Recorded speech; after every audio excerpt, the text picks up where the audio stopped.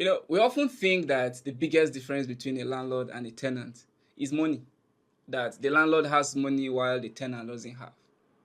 You understand? That it's because the landlords they have money, that is why they are able to become landlords. And I think that is not really the case.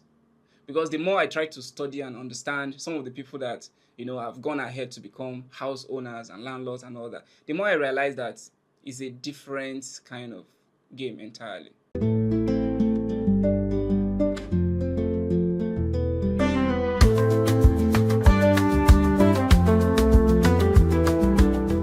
in this episode, I want to challenge one belief, one misconception, one kind of mindset we had. A lot of us have before now, that the major difference between a landlord, or the biggest difference rather between a landlord and a tenant, is money. You understand that the biggest difference between somebody who is a tenant today and moving from being that tenant to the landlord, that the biggest reason, the only reason, is because you've not had money. That is money. You understand? Because I believe that the biggest difference is not money. I believe that the biggest difference between a landlord and a tenant is mindset. It's the way we think about ownership. Because personally, I have lived this experience. I told one story before in one of my social media, my posts that I told about, one village house I built somewhere in Abuja that, has helped me to stay without paying rent for so many years in Abuja. The time I, got to build the house and all of that, did all the processes, I didn't even have any money. You understand? And it would be very shocking for you to hear now that I didn't have money. So how was I able to, build a house? And so that is what this discussion is about. I want to challenge that misconception. I want to challenge that mindset. And I just want to make something clear. This discussion is not about, making us, some of us that are tenants and all of that, to even make us to feel bad. This discussion is not about making anybody to feel bad. The discussion is just about me trying to, prove that some of the ways that the people that, are able to own their own homes and all that, some of the way they think and, the mindset they work with that enabled them to become landlords and house owners, there are things that can be practiced, that can be learned. There are things that a lot of us, that the rest of us can actually imbibe, right? There are things that a lot of us can do that it can help us to now move from, the position we are now as tenants to become house owners tomorrow.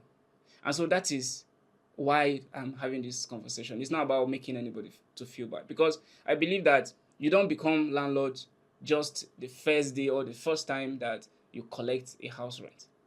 It's not how you become landlord. It's not even the first day that somebody call you a landlord. No, you become landlord by first of all thinking like one. And one thing I've come to appreciate, to realize is the fact that, landlords, they think beyond the current housing need. You understand? They think beyond the current housing need. They take decisions that, help them to create long-term value and security. And you see, that difference in the thinking process, right, is what separates the people that end up becoming landlords from the people that, might continue to be tenants for a very long time. And so today I want to share with you 5 defining thinking process that I think landlords, the thing that, the rest of us that are tenants can, emulate, that can copy, if we want to call it that way, so that it helps us to also achieve our dreams of owning our own home, right? And the first way that I think that landlords think, distinctively, that is, different, that makes them to be able to achieve a lot as homeowners, as house owners, as landlords, is that they are not thinking about the next house, right? So where they are now, their attention is on where they are now and how that current position that they are now can help them to get the next house, not to move as far renting the next house, right? Is to get the next house, to own the next house. So now, most tenants I've observed, they take a very long time. They dwell a lot on thinking about the next place, the next upgrade, thinking about the next neighborhood they want to move to. Maybe there is a friend that they have or a family member that they have that is in a particular estate somewhere, and there's a talk around how beautiful, how good and all that the estate is. For a lot of tenants, they're already thinking, my next movement, my next upgrade, I have to upgrade. I have to move from this neighborhood. I have to go to that place. At least my level is changing and all of that. Now, the question is, how is the level, how is that level changing, right? So for a lot of landlords, they're not thinking about the next movement. They are thinking, how is they are maintaining here, maybe for the next 1 year, the next 2 years, how is it going to help them to make that move, the same move that you are thinking of moving, the same upgrade that you're thinking, how is they are living, they are maintaining this rent for the next 1 year, the next 2 years, or even the next 3 years, how is it going to help them to move closer to owning in that new location, rather than just moving for the sake of moving. And don't get me wrong, I am not saying there's anything wrong with relocating, with moving. Moving can come in different, genuine form. Like maybe you are working somewhere and they transfer you, you have to move. It could be for family reasons, it could be for safety reasons. But what I'm talking about is that movement, it should not be the kind of movement that is emotional, that is not, well thought through, right? So that, because if you look at movements now, when you are moving from one house to another, you are going to incur a lot of cost. Talking about the difference, because if you are living in a house now that is 1 million naira and you are moving maybe to a house that is 2 million naira, 2.5, 1.5 million, that difference in cost, that is money that is going there. If you now talk about that one, it doesn't just end at the upgrade cost. You are going to talk about a new agency fee that you pay to the agent. You are going to talk about a new legal fee that you pay. You are going to now get to that place, and the house most likely is not going to be to your taste. You want to do renovation, you want to do painting, you want to do a lot of things. Now, all these monies are monies that can go into helping you to plan to own your own home. Because the difference between ownership and remaining as tenants is not big. It's not really about money and all that. It's that mindset. Because the moment you think about this, the moment you begin to now do this proper analysis, it changes your relationship with money. You now begin to think towards ownership. And so that is the way that this landlord's way of thinking beyond just the current house, that is the way it's going to help you for every tenant to become their own homeowners. That is the number one. You understand? The number two is that landlords, they think in terms of legacies. You understand? You understand that to build a house is one of the most difficult financial decisions that anyone can take. It requires so many years of commitment, of patience, of devotion to that cause, to that belief that this is what I want to achieve. And so why will anyone even try to take that step? Because landlords, they think in terms of legacies. They're not just thinking about themselves. They think about children, about family, about stability. You understand? They think about putting something on ground that even when they are no more around, the people that they left behind, or the people that are around, they can live a dignified life. And so landlords, they think in terms of legacies. You understand? And so, like in the example I was giving earlier about the time I built that village house I talked about, it wasn't about the fact that I have enough money. You understand? It was about, I think primarily it was about the fact that I was thinking towards settling down, towards marrying. Do you understand? Towards getting married. And I feel like I needed that stability before anything like family comes into the picture. And so that is the thinking about legacy that I'm talking about. So this helps you now, like when you now think about legacy in that form, it helps you in terms of your relationship with money. So the money you have that you want to maybe do some kind of things and all that, you now probably just have a rethink, because you're now thinking in terms of stability. Because a house is not just a place that you live. A house definitely is a place that you live, yes, in the primary, in the the basic sense of it. But a house goes beyond that.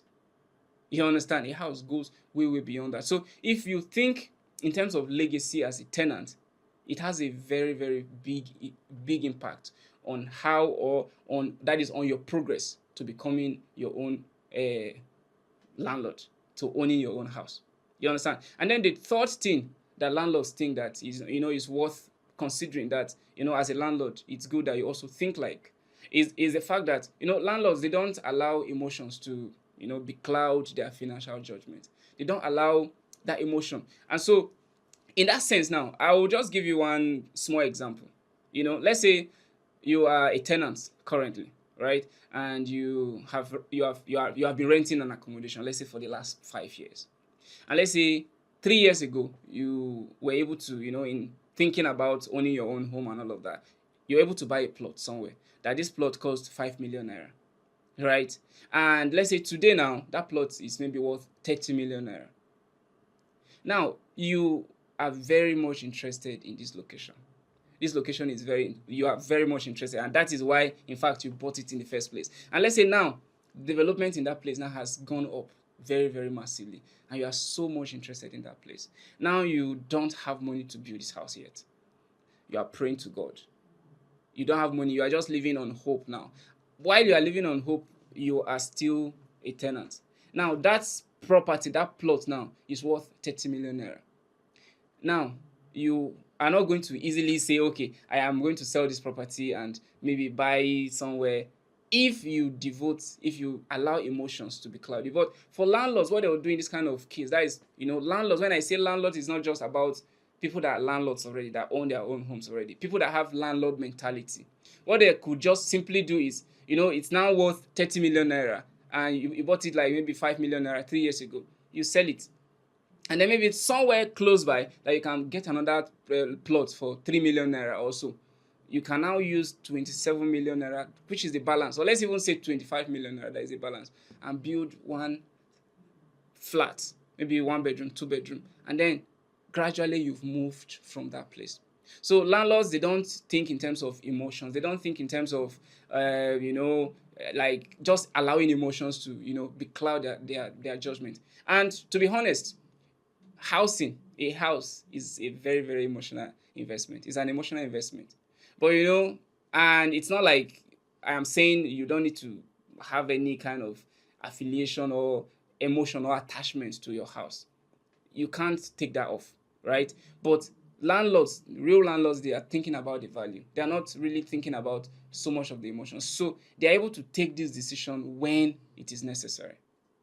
You understand? That is a third way that I think landlords think that is very distinct, that the rest of us can copy, and the rest of us can emulate. Now the fourth one, right? The fourth way that landlords think that I think the rest of us can emulate, can to help us to become landlords too, is that landlords, they are patient builders, right? They are not going to like say, okay, because I've started this property now, this construction or this building now, that I want it to just be built. And that is why you see that a lot of constructions that goes on, sometimes it takes 3 years, 5 years, 10 years, and even longer. You understand? Because most landlords, they can take their time to just make sure that they achieve what they want to achieve. So they take their time. They are not looking at that perfection. You understand? But I've observed that for a lot of tenants, even though you don't have that plenty money yet, you've not got everything that you wanted yet, you just have that kind of taste, that kind of standard, that you just want, okay, your house that you're going to have should just be one of the best. And so you're talking about the best design, you're talking about the best finishing that there is, you're talking about the best location. You understand? And while you are thinking about that, the landlords, and remember I said the landlords I'm referring to is not just the people that are already landlords, the people that have the landlord mentality already. They're already moving. You understand? So landlords, they are not thinking about that perfection. They are thinking about that the fact that every progress, it is a progress. And so if they can do just like 1/10 of something today, they believe that that is very, very important. That is already a progress. And the way that this way of thinking helps you as a tenant now, is that it helps you to understand and to appreciate the fact that having something that is worthwhile, such as housing, such as a house, you understand that is very, very important to you. It's something that is worth taking one step at a time.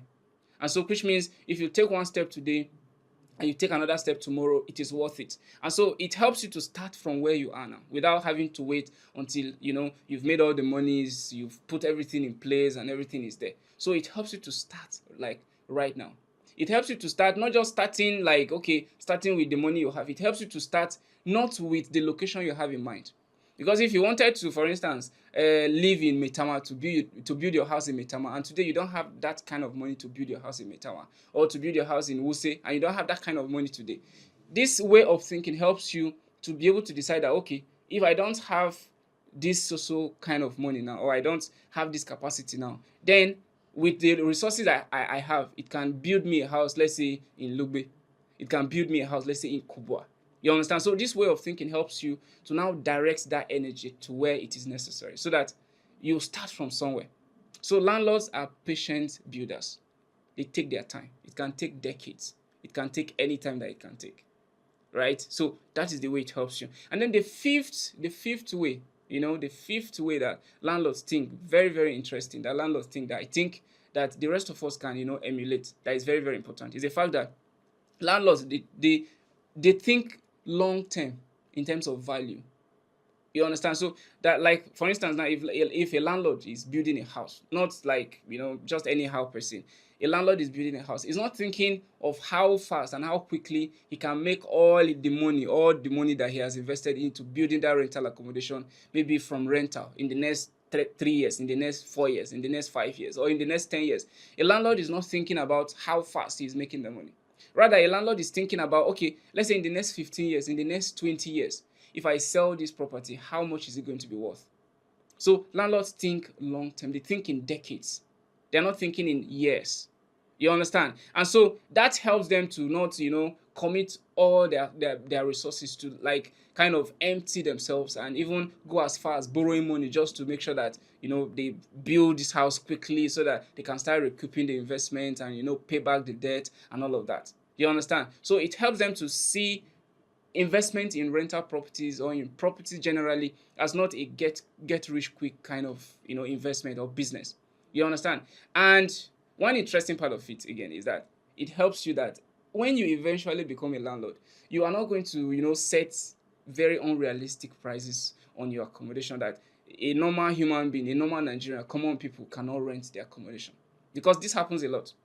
Some persons, they've built a house, and because maybe they've committed a lot of money to the house, when they are coming to put that house for out for rent, you see that maybe their neighbor is giving a house for 1 million naira. Their own, they say, because they've put a lot of money, because they are thinking about business, only business, right? They are giving their own for 3 million naira. You understand? And it's not just ending there. For a lot of them, because they've committed this amount of money, their thinking is they want to make that money back immediately. That is why you see this case of, people saying, or landlords saying, that you have to pay 2 years upfront. You have to pay 3 years upfront. Because they just want, okay, if I collect 1 million from 10 persons, that is 10 million. But if I collect 2 million from them, I've got 20 million already. At least it's going closer to me recovering my money. So if anything happens to the house, at least within the next 2 years, I know that, I am recovering my money already. So by the time you think like a landlord, right, you think long term, you think in decades, it helps you when you eventually become a landlord. You are not going to be that kind of landlord that, that just think about everything as business. You understand? You think about the reason why you even built the house in the first place. Because the reason why you build the house in the first place, ideally, is not necessarily just about the money, right? It's about, like I said, the legacy. It's about a whole lot of things. And also, one thing that is also very important to consider as a reason why you build the houses, so that other people that don't have the ability to build their own houses yet can have a place to live and have a dignified life. You understand? So these are the 5 ways that I think that landlords think that is distinct, that the rest of us can copy, and it can help us to own our own homes, as soon as possible. All right. And if you look at these 5 ways now, if you look at them very, very well, you realize that there's none of these ways that is requiring you to become a landlord today. And so if you remember, I keep saying that a landlord is not just somebody that already owns a house. It's somebody that, that is having that mindset, right, of owning a house. Because the difference between a landlord and a tenant is not the money, it's the mindset. It's how we think about ownership. You understand? So if you look at these 5 ways that I think that landlords think now, you realize that there's none of them that is requiring you to become a landlord today. None of them. All it asks you to do is to think like a landlord, so that you can eventually become one. You understand? Because the journey to ownership is not something that starts when you've bought the land. It's not something that starts when maybe the excavation, the foundation is done, or the house is built. No, that is not when the journey to ownership starts. It starts in your head. It starts with your thinking. It starts with how you think about ownership. You understand? That is just the difference. And that is what this episode, this conversation, centers about. And so if this conversation that we've had today, if it's, it interests you, and maybe you've learned one or two things, or maybe it changed the way you think about housing, about ownership, please share it with somebody that needs to hear this, because it might help. It will help definitely somebody to think better, like, to have a rethink on how he thinks about a home. Share it with those people that that are tenants, and they're aspiring to own their own homes. And let's keep the conversation going. Thank you.